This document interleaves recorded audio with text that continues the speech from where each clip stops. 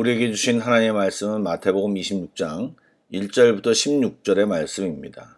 신약성경 45쪽입니다. 마태복음 26장 1절부터 16절의 말씀을 드라마 바이블로 낭독합니다. 제26장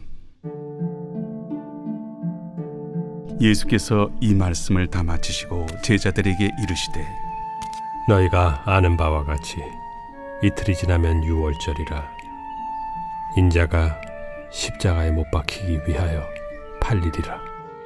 그때 대제사장들과 백성의 장로들이 가야바라 하는 대제사장의 관정에 모여 예수를 흉계로 잡아 죽이려고 의논하되 밀란이 날까 하노니 명절에는 하지 말자. 예수께서 베다니 나병 환자 시몬의 집에 계실 때 한 여자가 매우 귀한 향유 한 옥합을 가지고 나와서 식사하시는 예수의 머리에 부으니 제자들이 보고 분개하여 이르되 무슨 의도로 이것을 허비하느냐? 이것을 비싼 값에 팔아 가난한 자들에게 줄 수 있었겠도다. 예수께서 아시고 그들에게 이르시되 너희가 어찌하여 이 여자를 괴롭게 하느냐? 그가 내게 좋은 일을 하였느니라. 가난한 자들은 항상 너희와 함께 있거니와 나는 항상 함께 있지 아니하리라. 이 여자가 내 몸에 이 향유를 부은 것은 내 장례를 위하여 함이니라. 내가 진실로 너희에게 이르노니 온 천하에 어디서든지 이 복음이 전파되는 곳에서는 이 여자가 행한 일도 말하여 그를 기억하리라. 그때 12 중에 하나인 가론 유다라 하는 자가 대제사장들에게 가서 말하되 내가 예수를 너희에게 넘겨주리니 얼마나 주려느냐? 그들이 은 30을 달아주거늘 그가 그때부터 예수를 넘겨줄 기회를 찾더라. 평안히 주무셨습니까? 좋은 아침입니다. 오늘은 설교에 앞서서 기도 제목을 한 가지 드리려고 합니다. 이미 말씀드린 대로 우리 백 목사님께서 인도네시아 시간으로 낮 12시와 1시 사이에 수술에 들어간다고 합니다. 수술을 위하여 또 빠른 쾌유를 위하여 오늘 예배 후에 기도를 좀 부탁드립니다.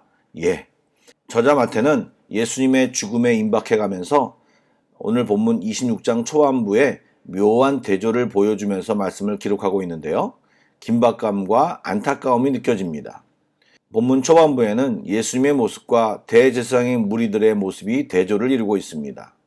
예수님께서는 하나님의 뜻을 신뢰하며 당신의 죽음을 담담히 예고하고 묵묵히 그 길을 따라가면서 제자들에게 말씀을 가르치는 반면 대제사장과 백성들의 장로는 자신들의 위치를 흔드는 예수님을 죽이려고 의논하면서 처음에는 사람들을 의식하여 명절에 붙잡는 것이 불가능하다 판단하였다가 가론 유다의 합세로 급하게 계획을 수정하는 등 우왕좌왕하는 모습을 보여주며 음모를 꾸미고 있습니다. 이렇게 예수님은 하나님의 이끄심만 집중하고 있는 반면에 대제사장들과 장로들은 여론에 민감한 모습을 보여주며 대조시키고 있습니다. 또한 예수님은 하나라도 짜내어 가르치고 이제 목숨까지 내어주는 삶을 보여주고 있는 반면에 대제사장들의 무리는 예수님의 목숨을 빼앗고 관심을 자기들에게 돌리려는 노력을 기울이고 있습니다. 무엇을 바라보느냐가 우리의 행동의 방향과 질을 결정합니다. 주님을 바라보고 계십니까? 사람의 정욕을 추구하거나 사람을 의지하고 계십니까? 하나님 말씀을 믿고 따라가고 계십니까? 사람의 말을 듣고 살고 계십니까? 여러분, 두 길의 끝은 다릅니다. 행한 대로 결과가 나타나게 될 것입니다. 새벽 예배를 드리는 분들은 이 아침이 그 결정을 주께 드리는 시간입니다. 하나님, 이 아침에도 하나님만 바라보겠습니다. 오늘도 주의 말씀만 붙들겠습니다. 우리 모두 이런 기도를 날마다 드리며 살아가기를 축복합니다. 그런 기도를 하고 그런 삶을 사시는 모든 분들은 분명히 하나님의 결론을 보게 될 것입니다. 아멘.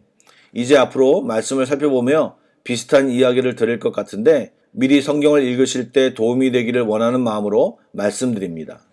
지금부터 모든 상황은 대제사장과 장로들의 술수와 속임수로 예수님이 고난을 당하시는 것 같고 사람들이 만들어 놓은 함정에 예수님이 빠진 것처럼 보입니다. 그런데 잘 관찰해 보면 고난을 당하시는 주님이 분명 괴롭고 힘드시지만 그 과정 속에서 당황하시거나 주춤거리심 없이 십자가로 쭉 달려가고 있는 모습을 보게 됩니다. 패션 오브 크라이스트 영화를 보신 적이 있으십니까? 그 영화의 작가가 상상으로 영화의 부분에 사탄의 모습을 보여주고 있는데, 주님이 죽으시는 그 순간까지 사탄은 자신이 하나님의 하시는 일을 완전히 방해했음을 즐거워하며 미소 짓는 모습을 보여주고 있습니다.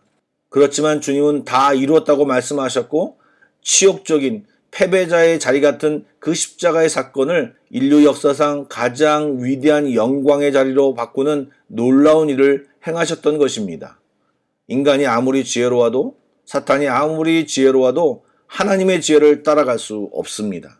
아니, 인간의 지혜로는, 사탄의 지혜로는 하나님의 생각을 조금도 이해할 수 없습니다. 삶의 어려운 상황 속에서도, 아니 삶의 끝장이라고 생각되는 그 순간에도 주님을 꼭 붙드시고 함께 하시기를 권면드립니다. 그렇다면 주님은 우리를 언제든 역전시킬 수 있는 전능의 하나님이심을 경험하게 될 것입니다. 아멘. 오늘 본문에 옥합을 깬 한 여인의 이야기가 나옵니다. 그런데 사복음서를 살펴보면 오늘 상황은 예루살렘에 입성하기 전에 나사로의 집에서 있었던 일임을 알 수 있습니다. 또 이 여인은 마리아였습니다. 마태와 또 마가는 지금 이 기록을 시간순으로 기록했다기보다는 또 하나의 대조를 설명하기 위해 이 이야기를 이 부분에서 사용하였습니다. 또한 마태가 나병 환자 시몬의 집이라고 소개했는데, 나병 환자 시몬이 나사로의 누이인 마르다의 남편이다, 나사로의 아버지의 이름이다 라고 추측하기도 하지만 사실 확인이 되지 않습니다. 그런데 중요한 것은 그 자리에서 한 여인 마리아가 나와 귀한 향유를 예수님께 부었습니다. 왜 그랬을까요? 다른 복음서에는 예수님께 부은 그 향유는 순전한 나드 한 근이라고 소개하고 있는데, 나드는 인도에서 자생하는 뿌리에서 추출한 값비싼 향유로서 매우 귀하여 용기에 넣고 밀봉하여 어머니가 딸에게 전해주는 갑오 정도의 향유라고 합니다. 마리아와 그 남매는 예수님께 큰 은혜를 입었습니다. 더욱이 얼마 전 죽은 나사로가 되살아나는 놀라운 경험을 했습니다. 마리아는 주님이 주신 은혜와 감격을 잊을 수가 없었고 보답하고 싶은 마음으로 가득했는데, 예수님의 때가 가까이 오고 있다는 사실을 알게 되었습니다. 바로 하나님께 순종하기 위해 죽음으로 가신다는 말씀을 듣고 그 죽음을 준비하기 위해 엄청난 고가의 향유를 깨뜨린 것입니다. 즉 주님을 위해 희생과 헌신의 모습을 보인 것입니다. 그런데 그런 마리아의 헌신을 바라보며 엄청난 비난이 쏟아집니다. 제자들이 분개하여 이르되 무슨 의도로 이런 일을 행하였느냐? 이것은 비싼 값에 팔아 가난한 자들에게 줄 수 있었겠다라는 등 분노하였다고 말합니다. 다른 복음서에는 어떤 사람들이 라고 얘기했고, 요한복음에는 한 사람, 가룟유다를 찍어서 말하기도 했습니다. 일견하에 보면 그 말이 맞는 말 같기도 합니다. 그런데 한 가지를 더 생각해 봐야 합니다. 마리아가 그렇게 엄청난 헌신을 할 수 있었던 뿌리는 주님께 많은 은혜를 받았기 때문입니다. 그리고 그녀는 예수님의 말씀을 듣고 또 죽은 오라버니가 다시 살아나는 체험을 하며 예수님에 대하여 더 정확하게 알게 되었습니다. 그리고 이제 예수님이 곧 죽기에 자신이 예수님을 위해 헌신할 기회가 없음을 알고 지금 이 순간에 이런 행동을 한 것입니다. 제자들은 나무라지만 예수님은 뭐라 하셨습니까? 이 여자가 내 몸에 향유를 부은 것은 내 장래를 위하여 함이니라. 그가 내게 좋은 일을 하였다. 가난한 자들은 항상 너희와 함께 있거니와 나는 항상 함께 있지 아니하리라. 즉 이 여인이 한 행동이 특별한 행동이고, 그녀가 예수님의 죽음을 정확히 알고 부은 것이든 아니면 예수님이 그렇게 해석한 것이든 적절한 타이밍에 그녀가 귀한 헌신을 하였던 것입니다. 그래서 예수님은 그녀의 이 행한 일을 복음이 전파되는 곳에 기억되리라고 엄청난 칭찬을 해주신 것입니다. 최고의 칭찬이었습니다. 그에 반해 제자들은 어떻습니까? 정말 타이밍 좋게 놀라운 헌신을 한 마리아와는 다르게 요한복음의 가룟유다는 자기 욕심을 따라 판단하며 비난했던 것입니다. 또한 마태복음에 말한 것처럼 다른 제자들도 비슷한 분위기였던 것입니다. 그리고 실제 이후 14절부터 16절까지 가룟유다는 예수님을 파는 행동을 하게 됩니다. 지금 마태는 예수님이 죽으러 가는 그 현장 속에 기회와 타이밍을 노려 자신의 최고의 것을 들여 헌신하는 사람이 있기도 하지만, 제자이면서도 영적인 무지로, 즉 깨닫지 못하고 자신의 생각에 매몰되어 예수님을 배반하는 자리로 가버리는 사람이 있음을 이야기하고 있는 것입니다. 사랑하는 여러분, 우리들의 삶 가운데 하나님께 헌신할 수 있는 기회가 많지 않습니다. 기회가 있을 때 그때를 붙들어야 합니다. 그런 때에 우리의 헌신은 영광의 헌신이 됩니다. 그때를 놓치지 말아야 마리아가 향유를 부었을 때 그 향기가 주변으로 퍼져나갔던 것처럼 우리의 헌신도 세상으로 퍼져갈 수 있습니다. 주님이 그런 영광의 순간을 주실 때 옥합을 깨뜨리는 믿음의 결단과 헌신을 할 수 있는 우리들이 되기를 축복합니다. 또한 반대로 복음을 듣는다고 예배의 자리에 있다고 모두 신실한 제자는 아닙니다. 지금 예수님의 12제자도 잘 모르고 있습니다. 그 중에 한 명인 가룟 유다는 완전한 배반을 했습니다. 그런 사람들이 있다고 이상하게 생각하지 마십시오. 예수님의 1대 제자에도 그런 일이 있었습니다. 영적 무지에 있으면 언제나 일어날 수 있는 일입니다. 우리가 그런 자가 되지 않도록 우리는 깨어 있어야 할 것입니다. 옥합을 깨트리는 자리에 서시길 주님의 이름으로 축복합니다. 아멘. 기도하시겠습니다. 우리를 사랑하시는 주님, 우리를 깨워주십시오.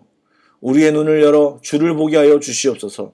더 정확히 주를 알게 하여 주시고 은혜를 경험하게 하여 주옵소서. 그래서 우리의 욕심이, 우리의 자아가 죽게 하시고 주님을 향한 감격과 사랑이 터져나오게 하여 주옵소서. 교회를 수십 년 다니지만 직분자로 있지만 영적인 무지에 있는 자가 아니라 주님께 어떠한 헌신이라도 드릴 수 있는 준비된 자들이 다 되게 하여 주시옵소서. 우리들의 삶 속에서 마리아와 같은 체험과 깨달음과 함께 헌신과 결단이 넘쳐나기를 소원하오며 살아계신 예수님의 이름으로 기도를 드립니다. 아멘. 찬양 한 곡을 묵상하시고 합심기도와 개인기도로 나아가겠습니다. 그